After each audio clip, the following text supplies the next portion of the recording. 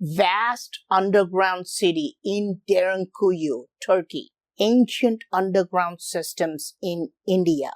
Now, Egypt. On March 15th, 2025, just 2 weeks ago, researchers announced something that's beyond belief. There is a vast underground city hidden underneath the pyramid of Chefren in Egypt. But this structure is so large and so deep, even people like me who want to believe this are completely shocked. Why? Because researchers claim they found this underneath the Chefren pyramid. It looks very advanced, like a Hollywood movie set. They've discovered 5 unopened structures which look like thatched houses with those slanted tops. But remember, the Great Pyramid has the King's Chamber and the Queen's Chamber, which look very much like this. So, finding similar structures in the Chefren pyramid is not far-fetched. But then, they discovered 8 cylindrical structures going directly underneath, and each of these cylinders has a spiral structure going around it. These look like giant Tesla coils, some kind of ancient energy devices. We do not know if they're solid structures or hollow structures. And immediately, some of you may get skeptical. How could ancient boulders make such hollow cylinders underground? This is impossible technology, right? No, this is called a water well. This is not difficult. We make large circular holes to reach the water, and even when we reach the water, we don't stop. We manually keep going many feet deep. This has been done by ancient peoples around the world, not just in Egypt. India is known for its ancient spiral wells going deep underground. But it's not the cylinders that bother me. It's the length of the cylinders. How deep are they going underground? 500 feet? 1,000 feet? More than 2,000 feet. Yes, researchers confirm that each cylinder goes to a depth of 2,126 feet. This is truly extraordinary because look at the ancient underground city of Derinkuyu in Turkey. It goes underground about 18 levels, but it's only about 200 feet deep. This is 10 times deeper than that. If this is true, we have found something that truly changes history and archaeology. This is so deep, it's impossible to visualize. Everyone knows this gigantic statue, the Statue of Liberty. You can see people next to it. They look like ants, right? But its height from heel to the top of the head is 111 feet. And you can put 20 statues of liberty, one on top of another, inside every cylinder. That's how deep these cylinders go underground. Imagine 160 statues of liberty. That's the depth and width we are talking about.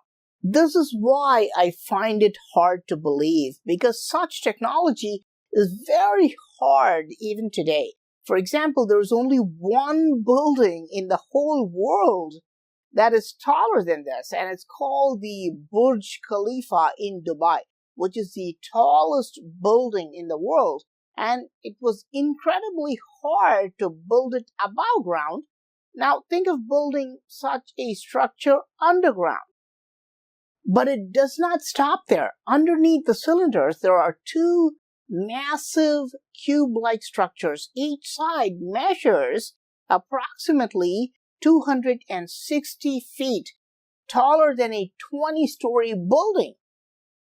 What was the purpose of these chambers? Was it used to store documents of lost knowledge?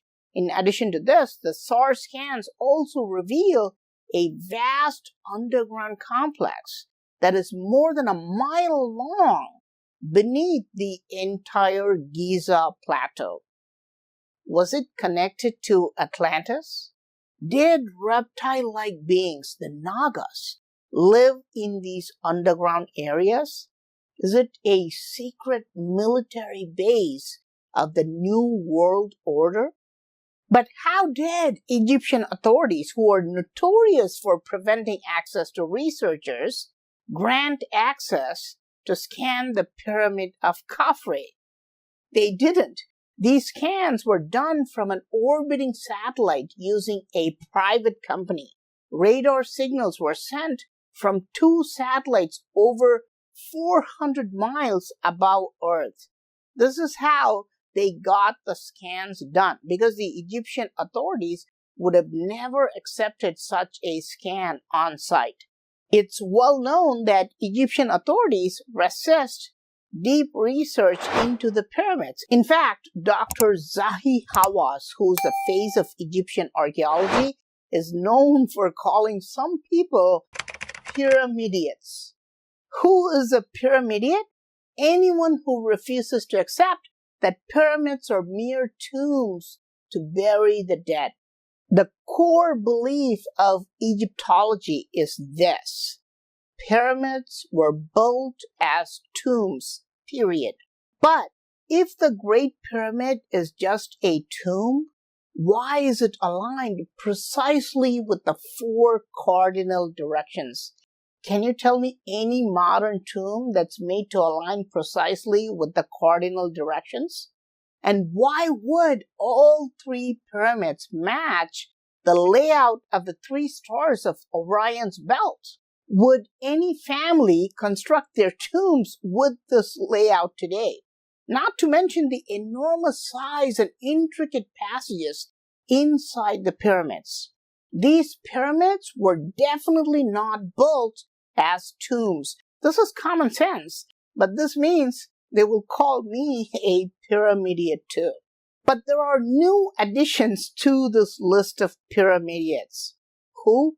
These researchers who have released the scan information and the visuals of underground structures. Why? Because they too claim that these pyramids are not built as tombs and there's more to it. They claim that the Khafre pyramid you see is only the tip of the iceberg, and just like the iceberg, 90% of the actual structure is hiding underground. And you can clearly see that they're going against mainstream Egyptology. It says, SAR technology, Khafre project for all mankind. For all mankind. This is a clear sign that they do not want to go through the traditional route because they know they will be bullied and ridiculed in the name of peer review, while the authorities also deny them access to these sites to do any physical exploration. In fact, you can see Dr. Zahi Hawass in the news every day denouncing these researchers for spreading fake news. Now, are these researchers really credible? Yes. One of them is Professor Corrado Malanga of the University of Pisa, and the other one is Filippo Biondi from the University of Strathclyde. We have to appreciate their courage because now they're going to be called pseudoscientists and conspiracy theorists and could even lose their academic positions because of mainstream backlash. But are the researchers employing reliable technology? Most importantly, have they used it successfully before? Yes. In fact, they've used the same technology to study the Great Pyramid of Giza in 2022. We all know that the Great Pyramid is right next to the Khafre Pyramid.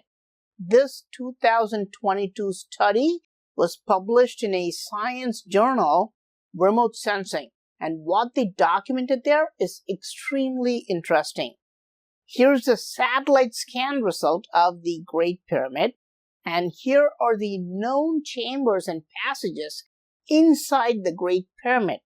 Now, if you merge both of them, you can see that they match accurately. This proves that their SAR technology works, and nobody questioned them at the time because they were only showing what we already know. But when they applied the same technology to the Khafre pyramid and revealed these underground structures, all hell broke loose because mainstream media does not want to accept that such a large underground city exists underneath. Why? Because most people believe a narrative, not science. In situations like this, common people will go by general consensus.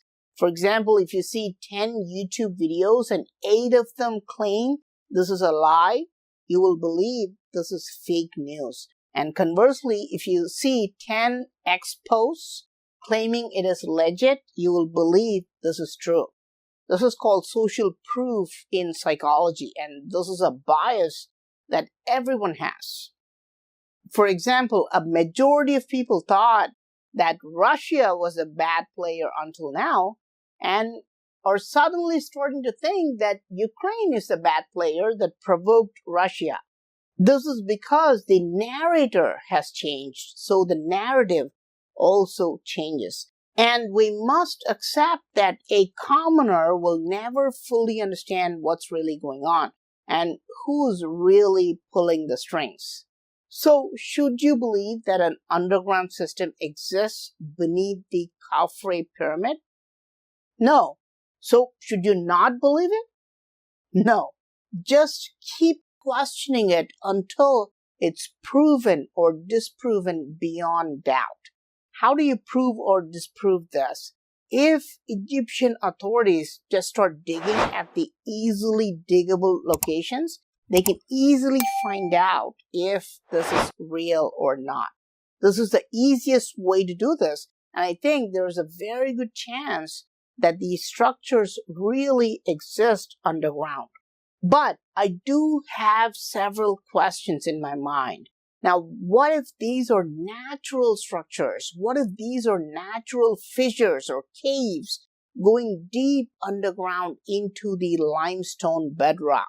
We know that natural caves exist in these areas, and such faults are always seen in these bedrocks.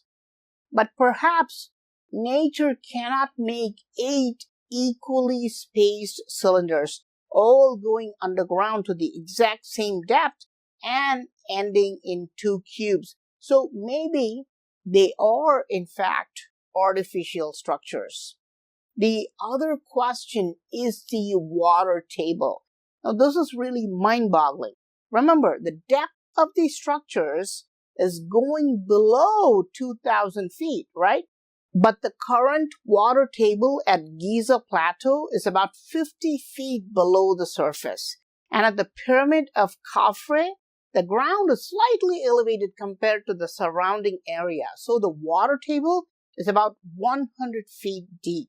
So these structures are not only underground structures, but they're also underwater structures. But there is a detail that really goes against the researchers' findings. The SAR technology cannot penetrate water and see what's underneath the water. So in simple terms, if they're doing these scans from the top, they have to go through the water, which is at 100 feet depth. But SAR cannot go through water. So how did they find all these details underneath the water table going more than 2,100 feet deep? Now, this does not automatically debunk their findings. Maybe they have an explanation for this. And these researchers are saying something very interesting. They want more scans on site. They want technology like seismic imaging and muon detection to verify their findings. This means they're genuinely interested in verifying their discovery. However, it's likely that Egyptian authorities and mainstream people will block access to them while tarnishing their reputation, and the common people will slowly forget this discovery. But there is one question that's truly mind-boggling. Who is using this ancient underground city? I hope you like this video. I am Praveen Mohan. Thanks a lot for watching. Don't forget to subscribe, and I'll talk to you soon. Bye.